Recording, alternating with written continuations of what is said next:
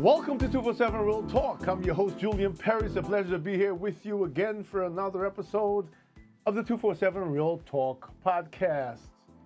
I hope you had a great week, as I always check to make sure that you had a decent week. I had some challenges. I had an unfortunate death in the family and a funeral today, but you know, this is life and life that we deal with, and it's important. That's why it's important to have conversations like we do and have a podcast like this, because for those of us who are living, we need to make sure that we do the best we can while we're here and leave this place called Earth better than we found it, and leave it giving our children and our children's children a better chance at life. So again, I hope you had a great week. The weather was pretty good in New York. Yesterday was probably 70 degrees. Today a little cooler, but still nice. I think the bottom falls out tomorrow and the rain comes, and we go back to being what I think the news said is the wettest year on record so far. So 2024 is the wettest year on record so far. Anyway, this is going to be another installment of the Decoding Power, you know, the race to the 2024 elections. I promised you one about every month. And I've been paying attention to the news a bit, and there's some things I want to talk about and share with you and get your feedback on. So sit back, relax, and as usual, I'll be right back.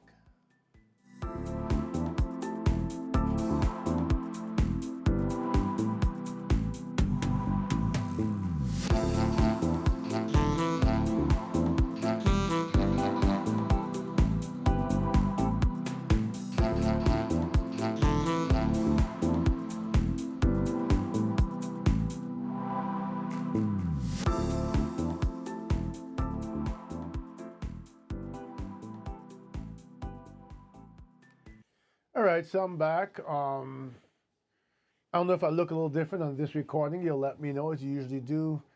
Still playing with lighting. Had a overhead light that I've been testing for a while that's been giving some problems, and tonight I have it cut off, and I'm using two different new sets of lights, hoping that it gives you a nice even look and is bright enough, but still gives you that warm feeling, so we're having this intimate conversation.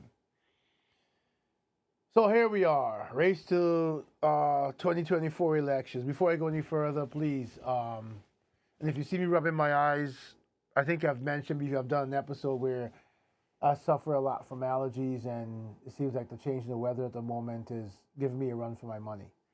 But anyway, do me a favor, like, subscribe, and share this podcast. It's really important that I continue to grow the podcast. I say thanks this week again to the new subscribers. It's very enheartening.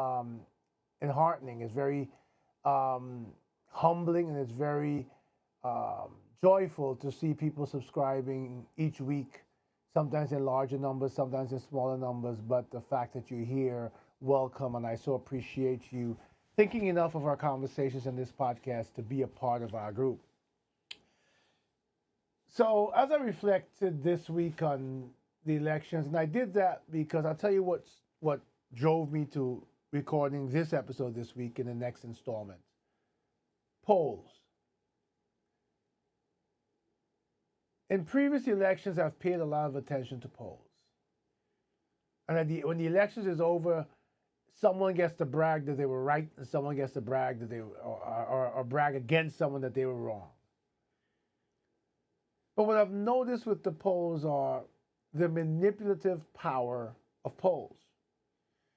I think within the last 2 weeks, I've seen maybe 5 polls that have said that President Trump is leading, ex-President Trump is leading President Biden.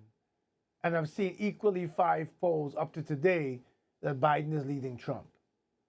And what we need to recognize is that these polls are very well orchestrated. They know exactly who they're calling, what neighborhoods geographically they're calling, who the constituents are in that neighborhood, because they want to make sure that there's a certain outcome each time. They want to keep us in that roller coaster because it's called news, right? And news is no longer about what's newsworthy. News is about emotions, about giving you the most tragic, gory, mind-bending details and mind-bending um, uh, translations of issues and stories, so that your mind is disrupted. You're fighting this battle of wanting to turn the TV off and turn the radio off and take your earphones out your ear off your phone, and yet you're so compelled to watch and to listen. I'm one of those people who scrolls through my phone. I get all the breaking news from probably every news outlet. I will understand, and I will easily say that I'm different because I have a podcast, and no matter how troubling it is and no matter how impacting it is, part of my job here in bringing this effort to the forefront is to be embedded in the news, and therefore uh, a side, result of that is that I'm impacted by it in many ways. Each headline makes me angry or sad, or I try to be impartial, even when, not just when bringing you this episode, but even when listening to the news and reading the news. And it's hard because the things you see different reporters say, and this is all part of the race to 2024, because I want you, all of my supporters, and you who are spreading the word, to be able to have this conversation with others. Make no mistake about it, we are being manipulated. And the manipulators have a totally different agenda than we do, where we are simply looking for a better life, an easier life, a way to make ends meet, and not only make ends meet, to be able to save and move forward and progress, to have a nest egg, have health insurance, get rid of student debt, loan debt. And the people who are pulling the puppet strings in the back have their own agenda. United States of America, probably add in those who are here legally, citizens, non-citizens, and illegals, with probably over 500 million people. Those who can be counted in the census, probably, I guess, between 320 and 380 million. I don't know the exact number. I've never checked. But the point is, we're not talking about thousands. I came from the Caribbean, where an island where the entire population was about 600,000. You're talking about 350 million people who could conceivably vote. And we want to tell the world how great we are.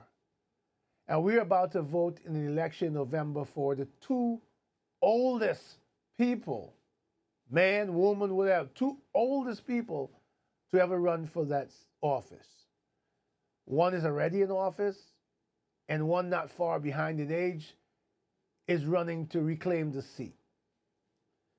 Now, before people start getting mad and picking sides, I'm telling you the truth, the whole truth, and nothing but the truth. I'm not telling you this for you to come back and pick your side and be upset because I say something about the candidate you like. People say things about good and bad about every single person that they interact with every single day. So please understand that this is a constructive conversation. I bring that up because at times I get messages that are people who are sort of egging on to go in the wrong direction. I will ignore you. I will even block you. This is about uplifting, positive conversation leading to positive results. President Biden has done an amazing thing for student loans. And if you remember my earlier conversations about student loans, I was really hard on him. But I've learned and I've come to understand the battle he was up against. I've come to respect the fact that when we had members of Congress, sorry, but mostly Republican, get PPP loans over $1 million forgiven, and then run to the Supreme Court to block the president because he was trying to forgive $10,000 and $20,000 of student loan debt from people who could arguably have $400,000 and $500,000 student loan debt. That is despicable. But the reaction by President Biden was not to give up. He has found every single loophole, legal loophole within the education department itself to bring relief to millions of Americans, totaling billions of dollars. And I take my hat off to him for that. If there's anything that I give him big credit for, is his tenacity and his keeping his word. and his dedication to make sure that he can execute that promise. We are dealing with inflation. I'm not sure any president could fix inflation as it is right now without creating another crisis somewhere else. I've learned that these financial environments and climates are sort of a circle. They go up and they go down, or a wave. And at times you're going to have inflation no matter who's in office.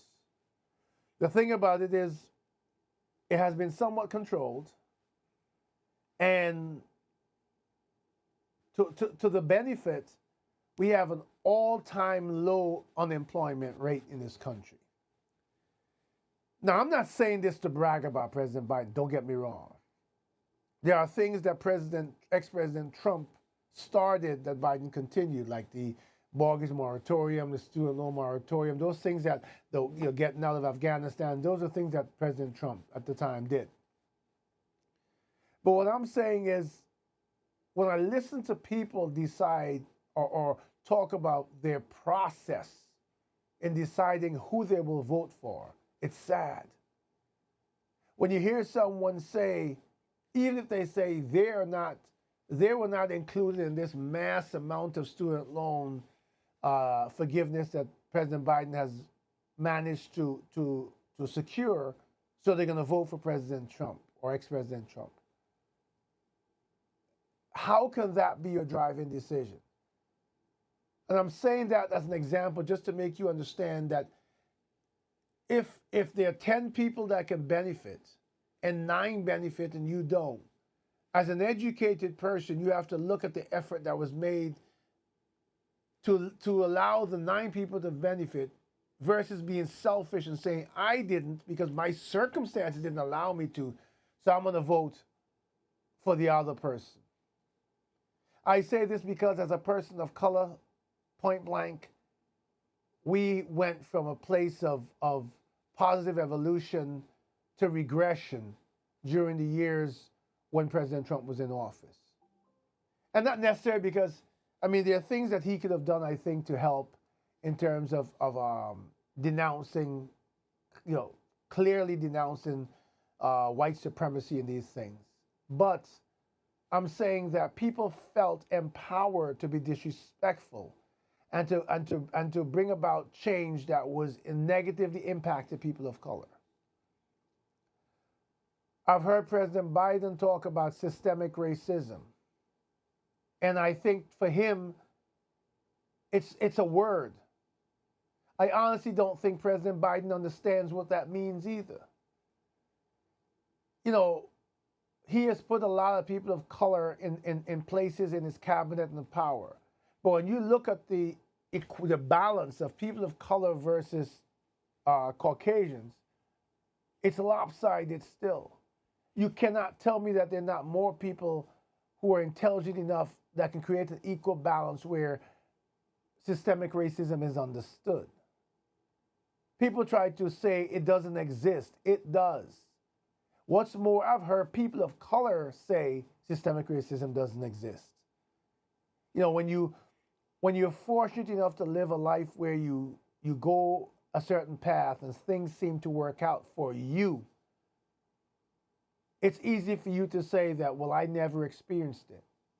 But that comes back to the 9 people who got the benefit and the 1 that didn't. Because you're looking at yourself rather than looking at the picture of this world. A world that desperately needs harmony. Look at what's going on in Ukraine. Look how it's impacting this country. We have an influx of people from Ukraine who get benefits immediately when they land this country on our backs, taxpayers' money. We have Congress that is more interested in fighting about aid to Ukraine than aid to those with their citizens of America. We're sitting here in a country where we have possibly 350 people eligible not only to vote, but likely to run, or a good percentage of that eligible to run for president. And probably all, because when you consider our laws suggest that you can be in prison as a citizen and run for president, which is, we have to talk about that at some point, right? Because if you're in prison, convicted felon, you can't vote, but you can run for president. Interesting. My point is that we decided on two candidates in our primaries because none of us wanted to rock the boat. I mean, look, there's a lot of people I see riding around who are major fans of President Trump. You have that right. But my point is, as a country united, if we had something called decency and honor, we would make sure that we had two candidates up there who met our criteria, that met all the criteria. And I'm saying this because we also have the issue of people who vote along party lines, irrespective of what their candidate represents. And I'm telling you all of this because as you get closer to November, the pressure will ramp up. Things will increase. The noise that comes from both sides will increase. If you're having difficulty right now seeing clearly, I'm not sure how clearly you can see when the noise gets thunderous and you can't think anymore. And the biggest culprits in creating this mess are the media. How do you know something happened 5 minutes ago? You hear it in the news. You read it on your phone. You see it on TV. It's fed to you. The problem is I know people who shut out themselves from all news, and that's not a solution either. Knowing everything that includes the truth and the lies is a struggle. But turning a blind eye and knowing nothing, to me, is worse.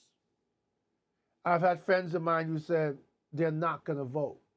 They're not going to exercise their right to vote. Why? Because they're disillusioned with both candidates. I hear you. There's things that you dislike strongly about Biden, especially people of color dislike both of these candidates. Why? Because people of color feel that with all that has transpired over the last maybe decade, that they feel more oppressed when they thought they were getting room to breathe for a moment.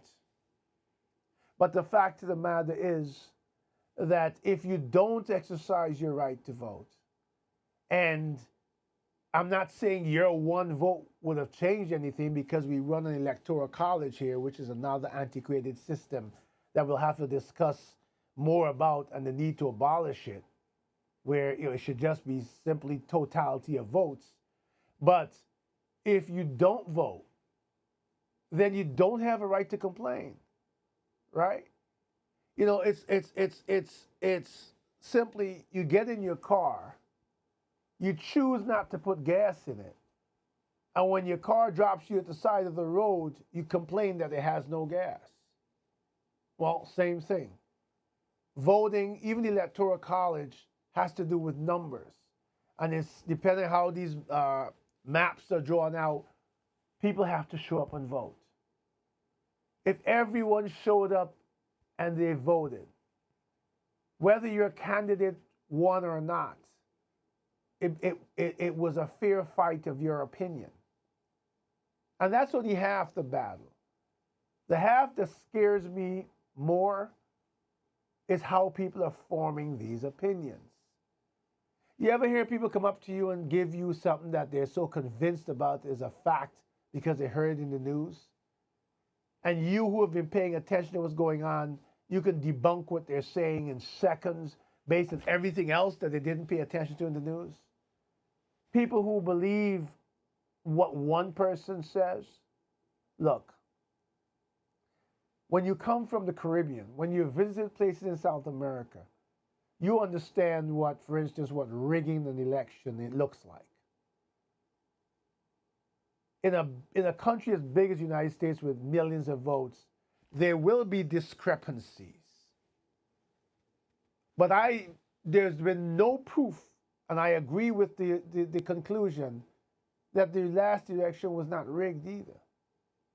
We cannot be such sore losers, and we cannot be such boastful winners. If you go to the poll and your ideology is the popular ideology, then that's who wins. As I've said to you before, the day after elections is over, all of us who've been bickering and fighting amongst each other and spewing hate and anger to each other, we will all have to go on living our own lives. And none of these candidates that we fought for, and unfortunately people got hurt for and died for, will have any implications or any impact from us. People who fight right now are ready to curse and attack other human beings over a candidate they've never met, and even if they have, who has no idea who they are other than a face in a crowd. Those same people will be the same after the election is over. And the decisions that are made in Washington will be made in the same aristocracy, the same environment, and unfortunately, depending on who wins, can be more toxic than if one candidate than the other. The bottom line is our basic necessities will still be not or not be met. Look around you. Look at the crimes that are being committed against each other. Look at the struggles of homelessness. Let's talk about the migrant crisis for a second, how politics is playing a role. There was an episode when I talked about migrants, and it was a time when in New York there were several of them arrested for different crimes.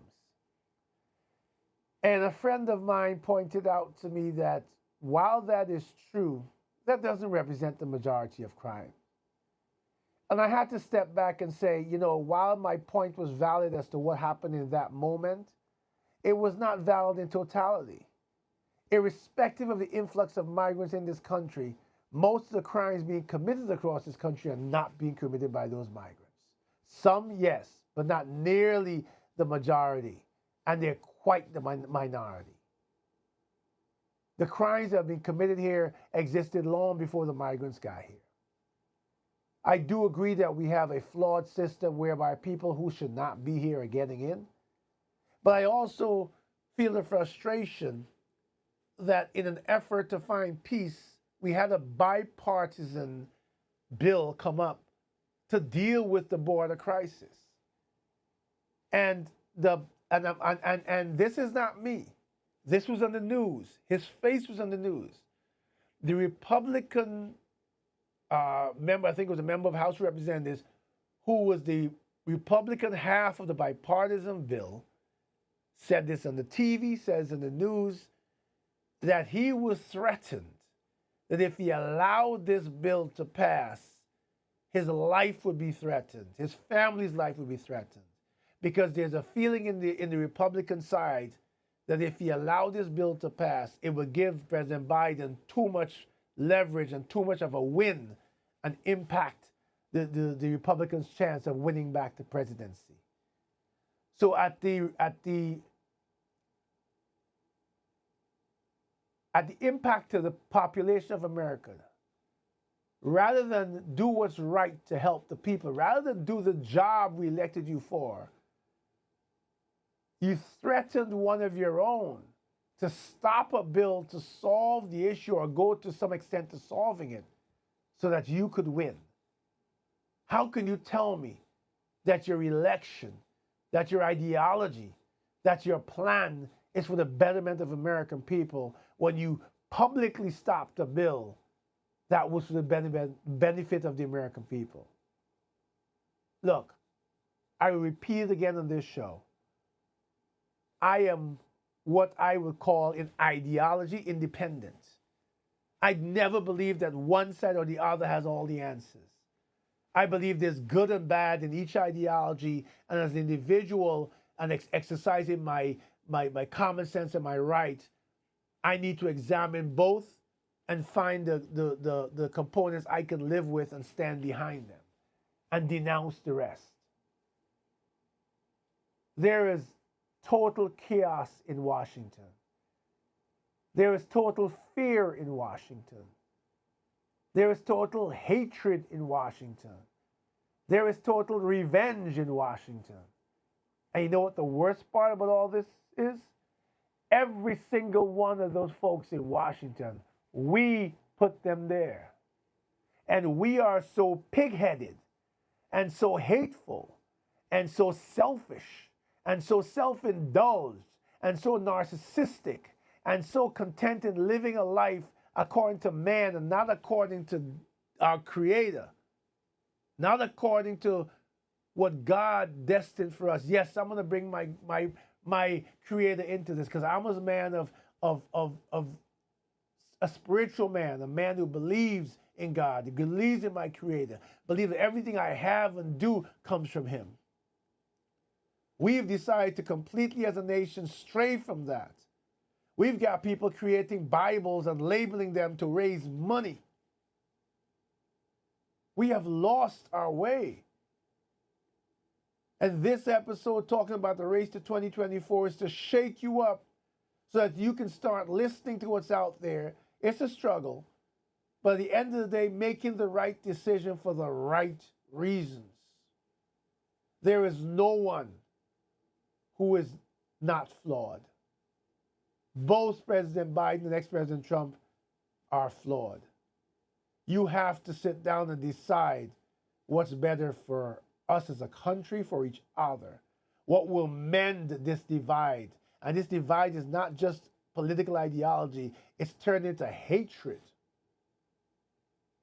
I look at the comments on Facebook every time President Biden says something. I've got a friend of mine, and he's a friend. I grew up with him, but I struggle. I think I've mentioned it before with this friendship because if President Biden coughs, he makes a comment on Facebook that is totally hateful. It doesn't matter if he sneezes. You should have seen the weeks of comments when he tripped going up the stairs. Newsflash, I've tripped going up the stairs. Not just now, but even when I was in my 20s. But people are hinging on everything to spew hate. We are not mending. And we have the power to mend.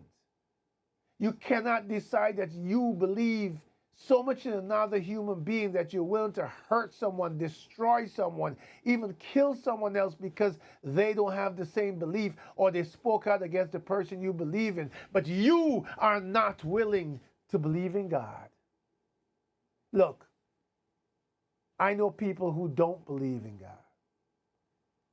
And I understand things happen in their life that rock their faith. And I'm even talking about people who used to believe. It is hard when you're living your life and you're worshiping God. And then you start losing loved ones, sometimes to violence, sometimes tragically. And no matter what your prayers were, this happened. But if you dig deep enough into the Bible, it tells you that will happen too. And when it does, it's up to you to make your decision as to what you believe. I'm not judge. I'm not jury. Today, like I said, we buried a cousin of mine. 2 days ago, a childhood friend of mine was on dialysis treatment, but doing well, went home after treatment, took a nap, and never woke up. Yesterday or 2 days ago, someone I know, their husband, he was like 54 years old, dropped dead. His wife was at the funeral. Today, her deceased husband's brother's wife, I want to say it like that, dropped dead in her 50s. Understand how little control we have. Understand that people who walk this earth thinking they're all powerful and they can do this and that can be here today and gone tomorrow. Understand that all that you fight for and who you fight for and all the people you're willing to hate for, all that can be changed by our Creator. Look, I can't change the minds of those who choose to believe or you're used to or whatever the case may be. But when you sit quietly and you feel that spirit within you, when you look at your life at the things that you have succeeded with, When you manage to overlook the pain for a second to look at the blessings, you realize that the Bible says none of us are immune to trial and tribulations. But this is a journey to what comes after life. However you choose to look at it, make your decision to be a part of change. Make your decision to stand up for what you believe in. Make your decision to pay attention to what's going on in this election, in this race. Make a decision to make an honest, honorable decision as to who you're going to vote for. Make a decision to vote even if your candidate doesn't win, because people died so people like myself, people of color, could vote. And if you're someone like me who's spiritual, add another layer and ask Almighty God to guide you in your actions so that at the end of the day, you can live with your decisions. I promised you at least once a month to bring these episodes to you, simply because it's important to be able to talk about what we're feeling right now with this election. In the 40 years I've been in this country, I've never felt an election that not only felt like it had the world on my shoulders, but it felt like anger, fear, everything was so deeply intermingled that the news of anything relevant to the election could change your mood and could change your disposition each and every day. It's time for us to take back control. It's time for us to say, one person believes in Biden, one person believes in Trump. You can talk about your difference in ideology respectfully, lovingly, and even if you don't agree, you can always agree on one thing. We, the people who vote to put them there in Washington, can stand together to make sure that we are the beneficiaries from the things and the laws that are created and the decisions are made by those who we put in the positions of power. This has been this month's episode, Race to 2024. I look forward to next month as we see the race unfold. I remind you again to please like, comment in a respectful way. You can send me an email at podcast@247realtalk.net. That's podcast@247realtalk.net. I may take some time to reply because I get a lot of emails, but I will reply. I check each and every one of them. And if I ever miss someone, I sincerely apologize.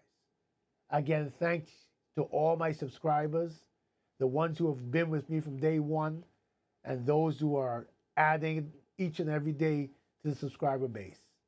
For those of you who faithfully listen to my podcast, please like, share, subscribe. It means a world to me. It means a world to uplifting and empowering me to keep this going. And hopefully one day it will generate enough that it will mean a difference in the life of someone else. Have a great week ahead. Keep in mind that within, I think, another 2 episodes, I will be recording my 200th episode. And I hope to have a very special guest on with a very intriguing episode. Have a safe weekend. Have a safe week again ahead. And until we speak again, please take care of yourselves and take care of each other.